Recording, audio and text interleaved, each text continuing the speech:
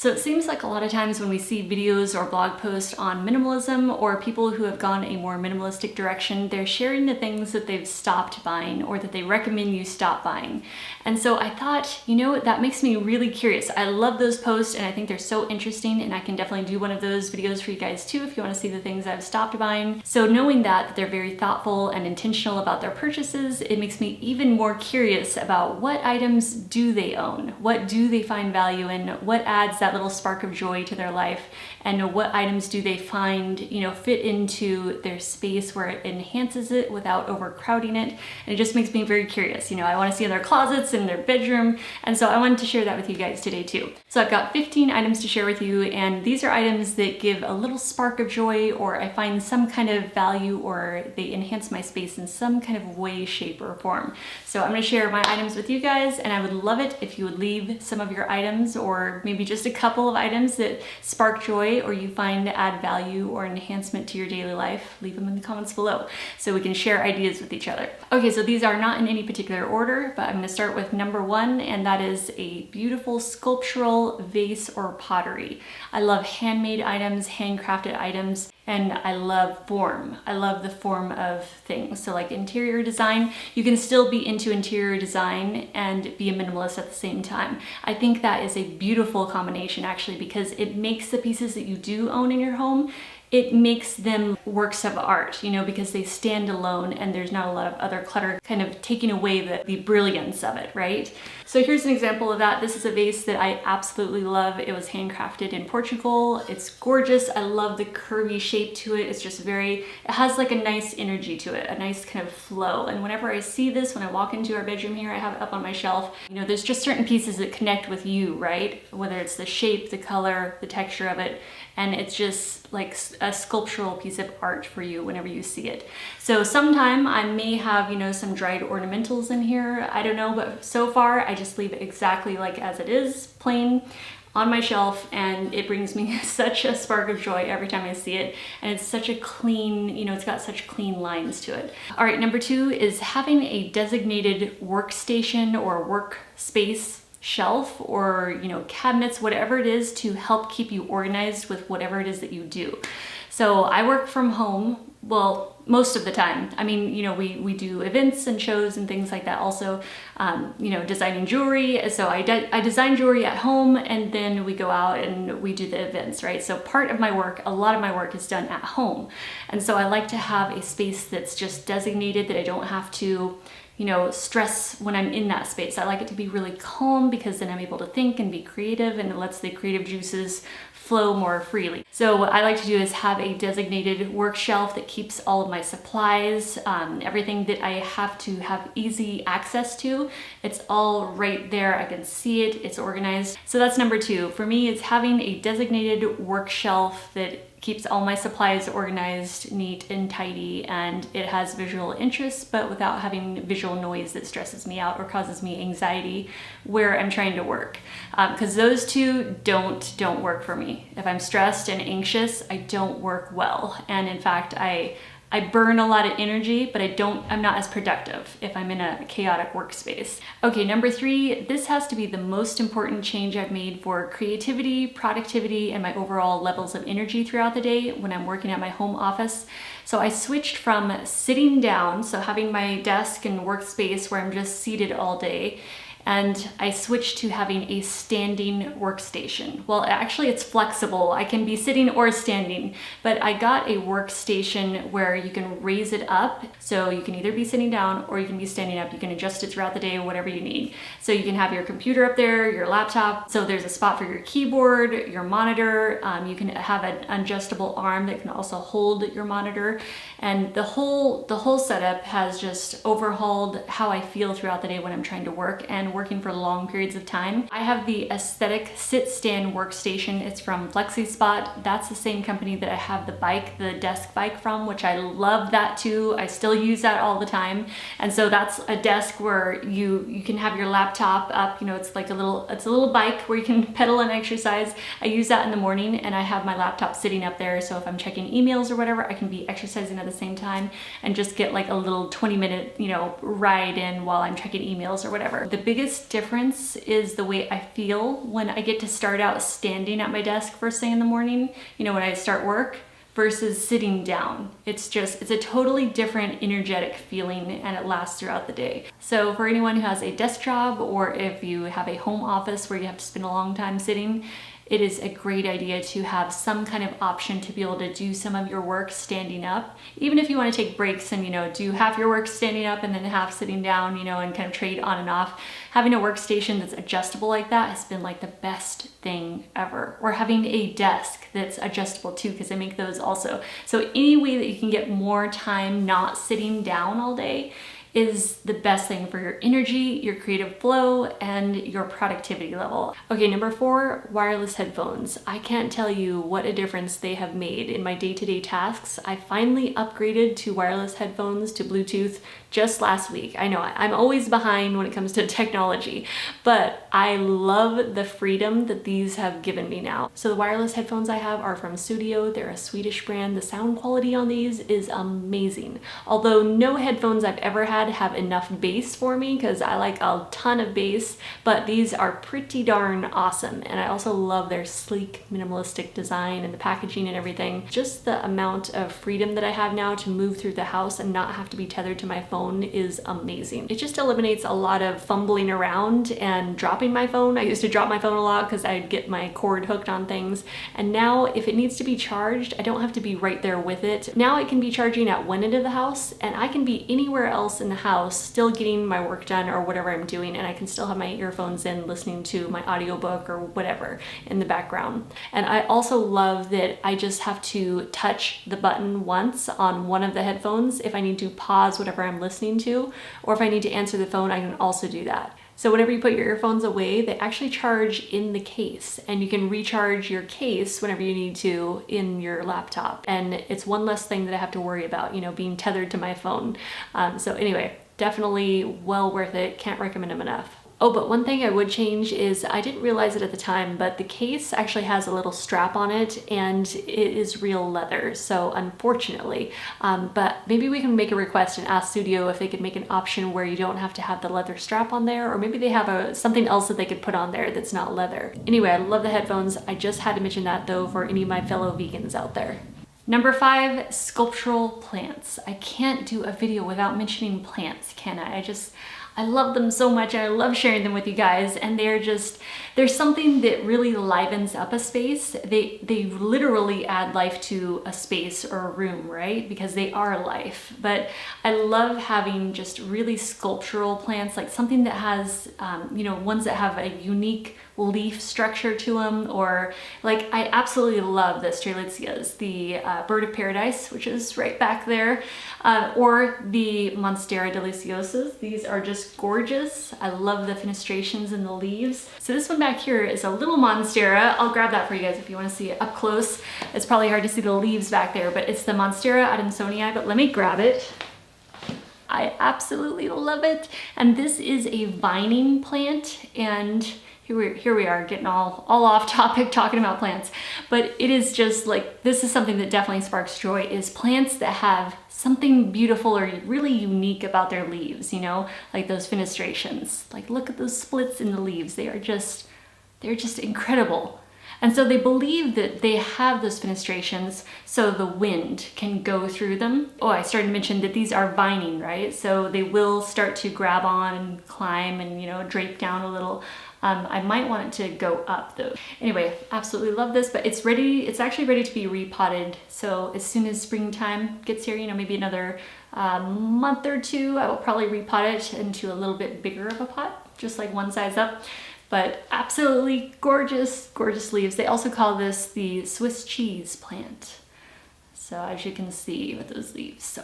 All right, I'm gonna put the little baby back over here. I was gonna mention also, aside from the monsteras and the strelitzia, bird paradise, euphorbias are also amazing structural houseplants that can have the appearance, a very similar appearance to cacti, but they can grow inside the house. Or yeah, certain cactus, like I have a little fairy castle cactus that I love growing inside the house too. Another really sculptural, structural type of plant. Oh, air plants, yes, air plants. The xerographica is one of my favorites, but if you go to Airplant Hub, I think it's .com, but I will put their information down below. I'll put a link to them. They have an amazing selection of air plants, or the Tectorum from Ecuador, like the really fuzzy one. Those are gorgeous too. So definitely, if you can't find them in your local, garden centers, I would definitely consider ordering online, because they have just an endless selection of air plants, and they're gorgeous. They're so sculptural, easy to care for.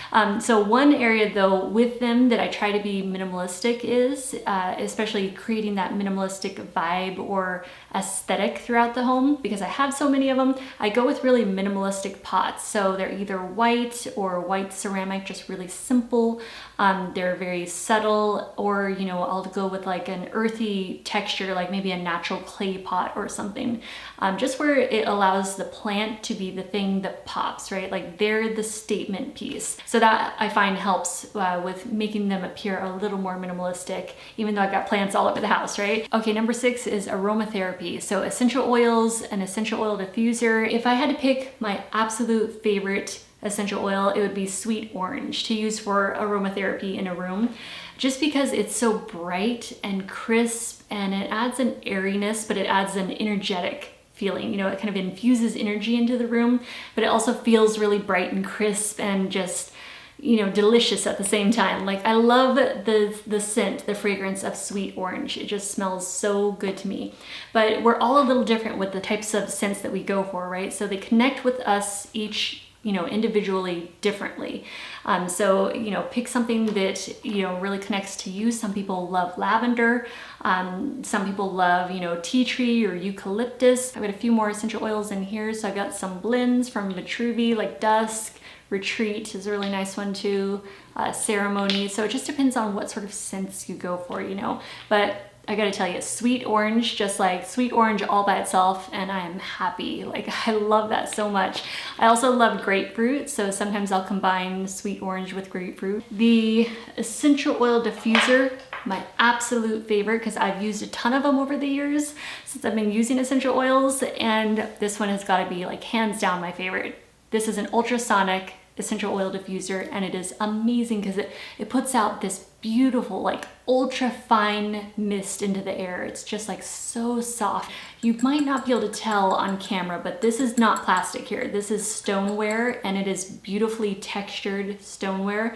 And I just love the minimalist, sleek design that it has. It's absolutely gorgeous. So you just pull that top off. So it's really easy to use. In here you just put the water and your drops of essential oils, and it shows you the water level, and you just put that lid, friction fit that back on, and then your stoneware textured top goes back on. And then you have 2 buttons on the back. One is your light, and one you can press once or twice. So if you press it once, it'll go for, I think it's 3 or 4 hours. It'll just go straight, it'll have a steady mist. Or if you press it twice, you'll have intermittent misting for 7 hours, I believe. Okay, number 7 is lighting. And lighting is really important because it creates a certain atmosphere in your house. And so you can use lighting to produce a certain emotion, atmosphere, energy in a particular room. And so I like to go for really modern, sleek, floor lamps, or items that are just very minimalistic. And so there's a couple of lamps that I have that I really like, I've been really happy with, that I have out in our living room. And one is the Spark, and that's from Brighttech, and I'll post their website below. The other one is called Sky, and that's also from Brighttech. So both of them, Spark and Sky from Brighttech, and they're just very sleek and they're really affordable. Okay, so number 8, this is definitely high on my list, and I would actually put this as like the number 1 thing for success and productivity and producing good habits, and that is getting your sleep. But your bed, so creating, a space that's really relaxing, cozy, comfortable. So your whole room, which is why I kind of wanted, this could be like a whole video in itself with tips. Anyway, so worth it though to have really beautiful, comfortable, relaxing bedding.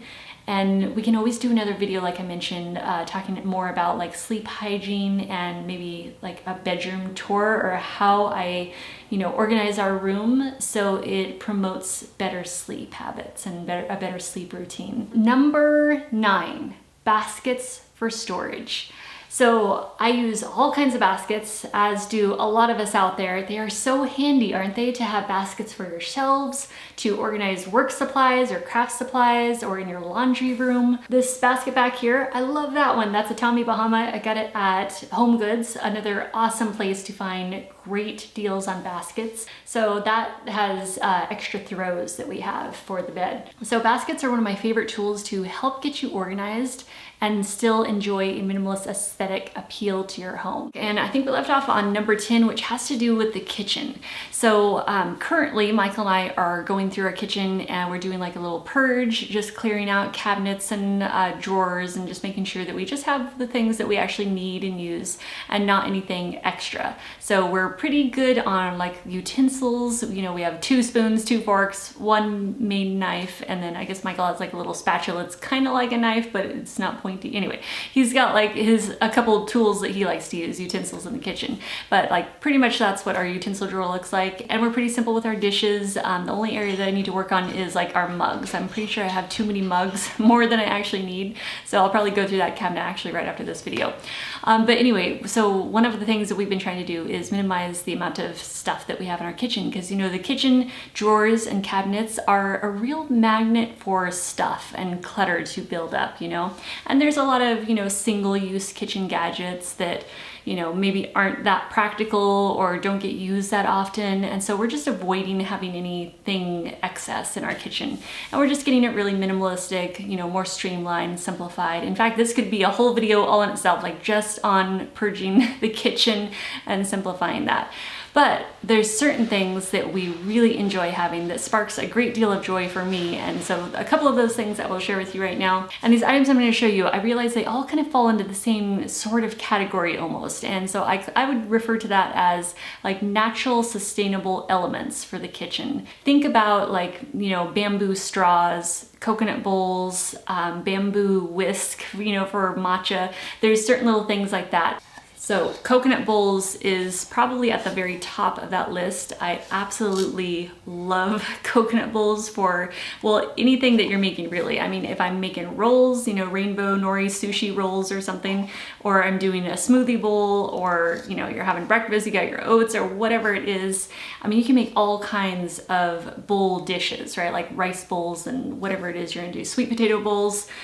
I think that these are just so awesome and I use them all the time. I love them. Even if I'm making like ice cream, you know, in the Vitamix, then I always grab my coconut bowl. So I got these online from Coconut Bowls, and they have like a wide range of gorgeous coconut bowls that are treated, they're ready for food, and we just have the one set of the regular sized coconut, and then this one is a little larger and I love it. It's called the boho bowl. I just can't rave about the coconut enough, you know, like the oil that it produces food, it produces water, milk, cream.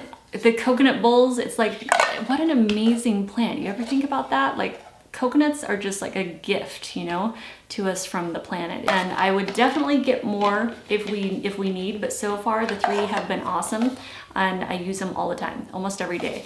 So, and they hold up really well too. Oh, I should mention, so these are all treated and ready for food use, right? So they're food safe and everything. But like after washing them, you know, several times, you will probably need to oil them up. And so you just use a little bit of coconut oil and you just treat them with the coconut oil. So that way they, you know, they stay nice and they don't dry out so much, you know, from so many washes. I would even use them like to store, I don't know, as like just containers in the bathroom, just to store, you know, like maybe essential oils or, you know, if you mix up your own facial oils or something. And then bamboo straws. And you might wonder, is it easy to clean the bamboo straws? Like, is it difficult? You know, does anything like gather in there if you're drinking a smoothie through them? Nope, they're really easy to take the little cleaner. These actually come with their own cleaner, and it has like natural fibers, and you just run it through there when you're washing them, cleans it right up. And so these are just amazing also. I also got those from Coconut Bowls on their website. Also in the kitchen realm,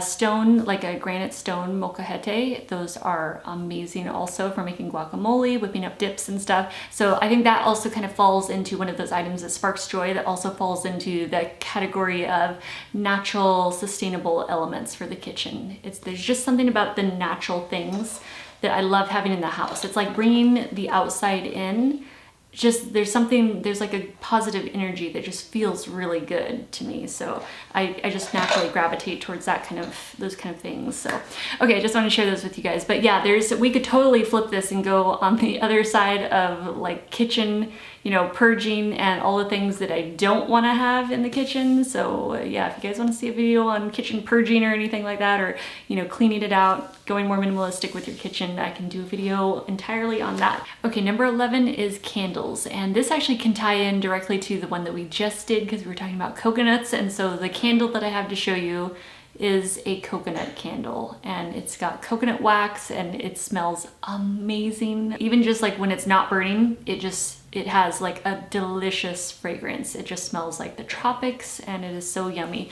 It also has a really fat wick in here because it's one of those crackling wicks.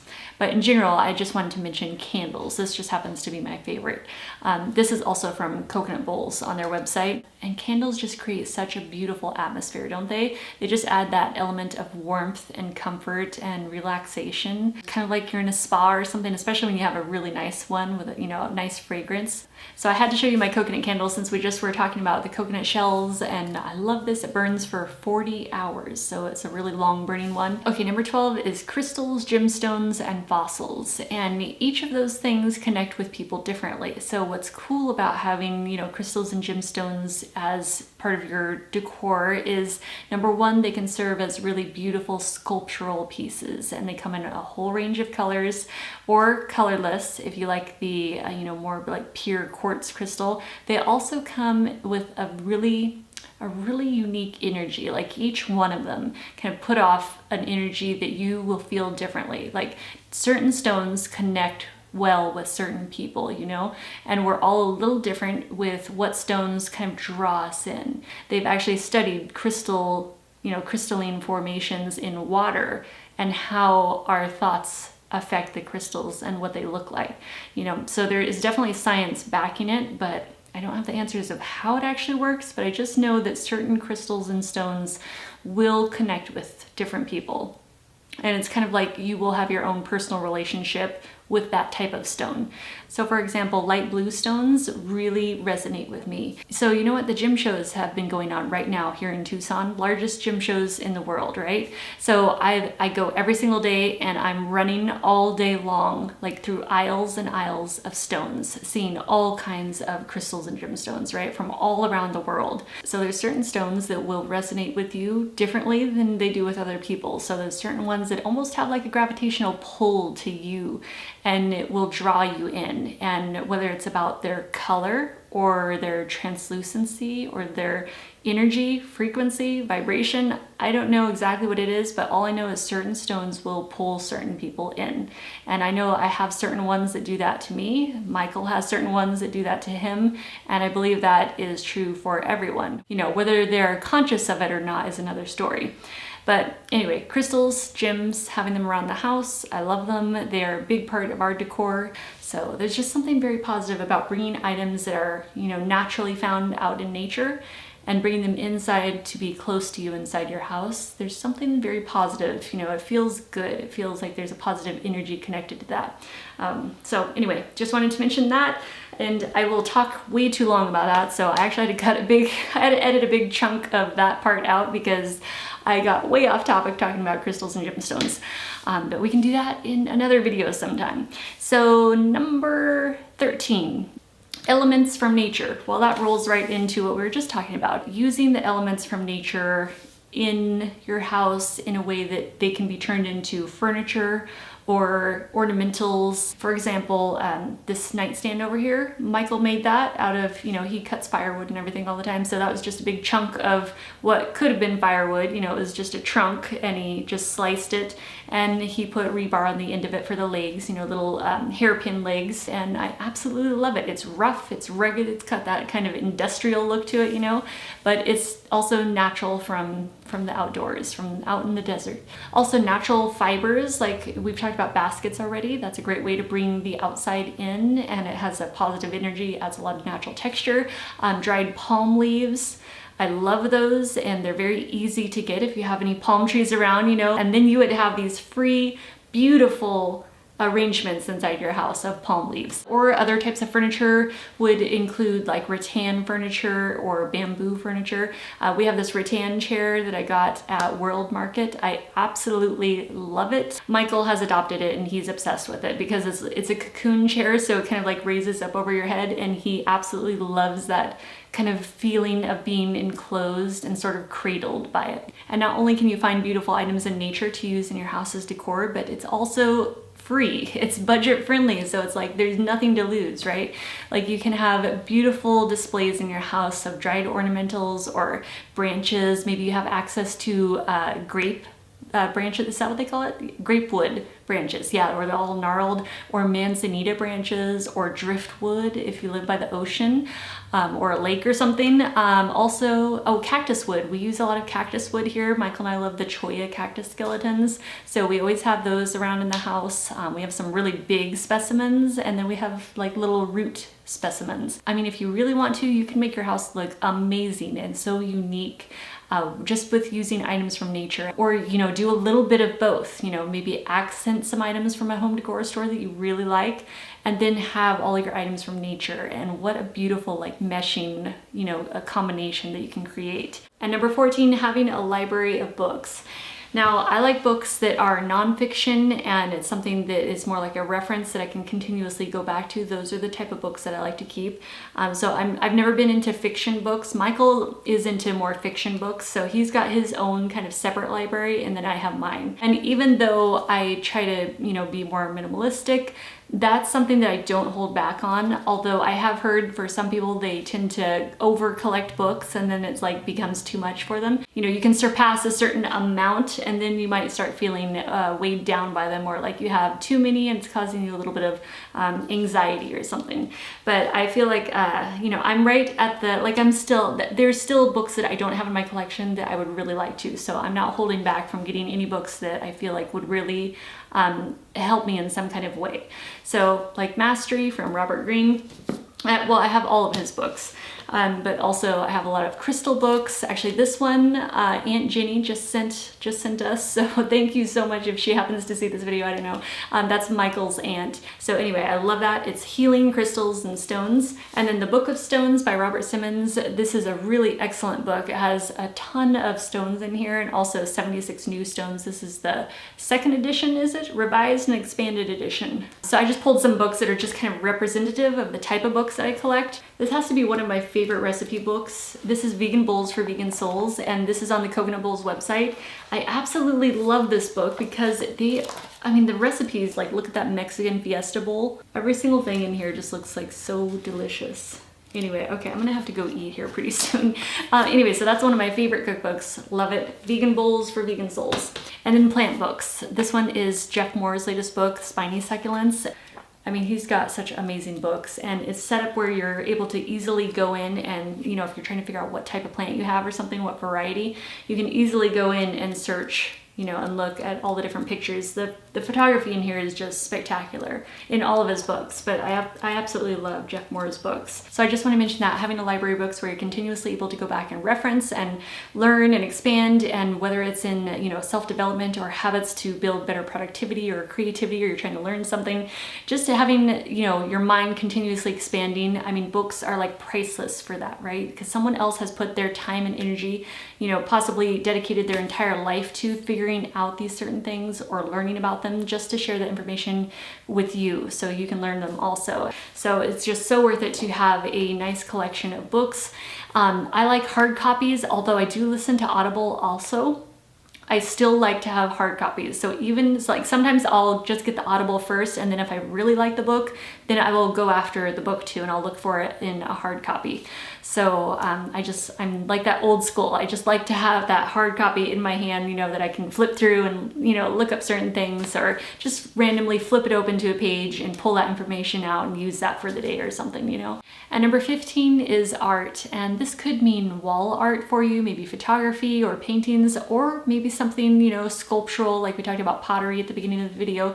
Maybe you're the painter, or you're a photographer or a sculptor, and you want to include your own art in your space because that keeps your creative juices flowing.